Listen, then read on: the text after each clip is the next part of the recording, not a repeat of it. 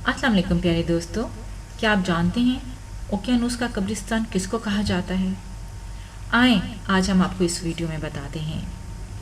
बहरे ओकियानूस के शुमाल मगरिब में एक ख़ास मकाम है जो बहरे सरगासम कहलाता है।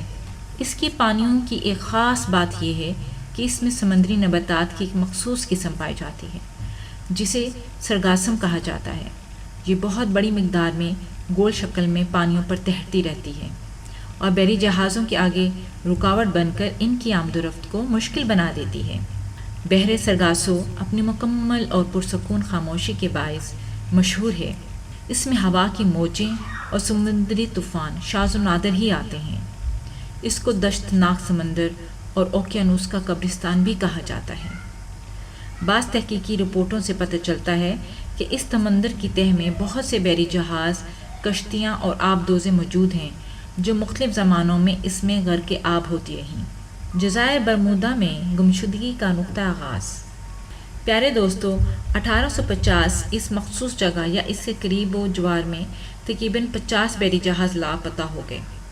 अलबत्ता इनमें से बाज़ जहाज़ों के कप्तान आखिरी लम्हात में ख़तरे का अदराक होने पर पैगामात अरसाल करने में कामयाब रहे, मगर ये इस कदर बहम और गैर वाज़ेह थे कि इन्हें कोई भी ना समझ सका।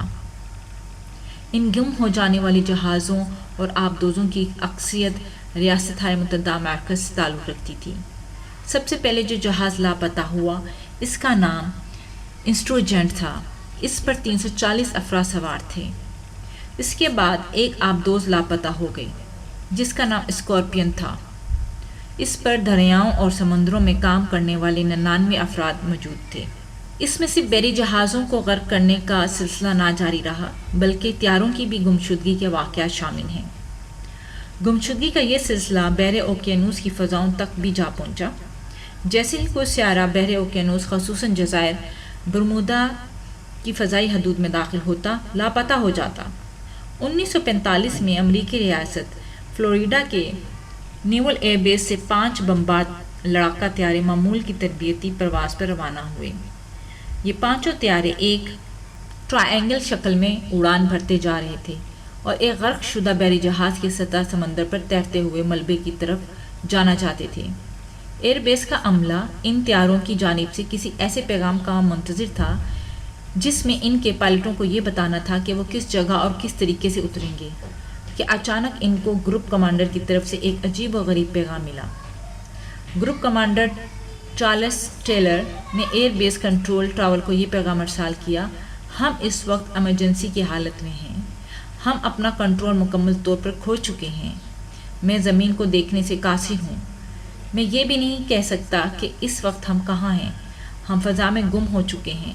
यहाँ हर चीज़ अजीब व गरीब और तफ्तीश अंगेज़ है। मैं किसी समत का तयन भी नहीं कर सकता। हत्ता कि मेरे सामने जो समंदर है वो भी अजीब और नामूस सा है।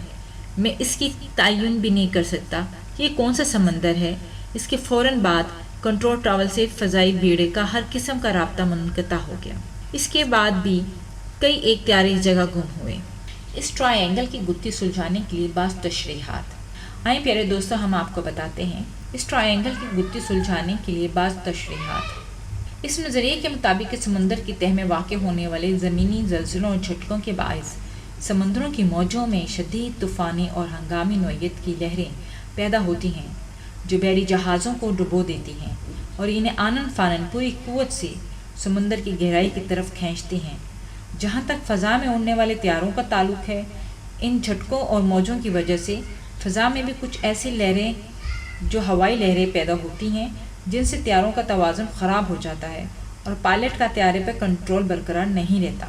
कशिश सर्कल का नज़रिया और जज़ायर ट्रायंगल में होने वाले वाक़यात से इसका ताल्लुक़। जज़ायर बरमूदा के ऊपर से गुज़रते वक्त तैयारे में मौजूद कुतुब नुमा और दीगर आलात अजीब व गरीब शक्ल में हरकत करने लगते हैं। यही सूरत हाल बहरी जहाज़ के कप्तान को भी पेश आती है, जो इस अमर की दलील है कि वहाँ एक शदीद मक़नातीसी क़ुव्वत या जज़ब की एक शदीद और अजीब व गरीब ताकत मौजूद है। ये तो थी दोस्तों हमारी आज की वीडियो। उम्मीद करती हूँ आपको पसंद आई होगी। अपनी राय हमें कमेंट्स बॉक्स में ज़रूर दीजिएगा। हमारी अगली वीडियो आने तक आप अपना और दूसरों का ख्याल रखें। अल्लाह हाफ़िज़।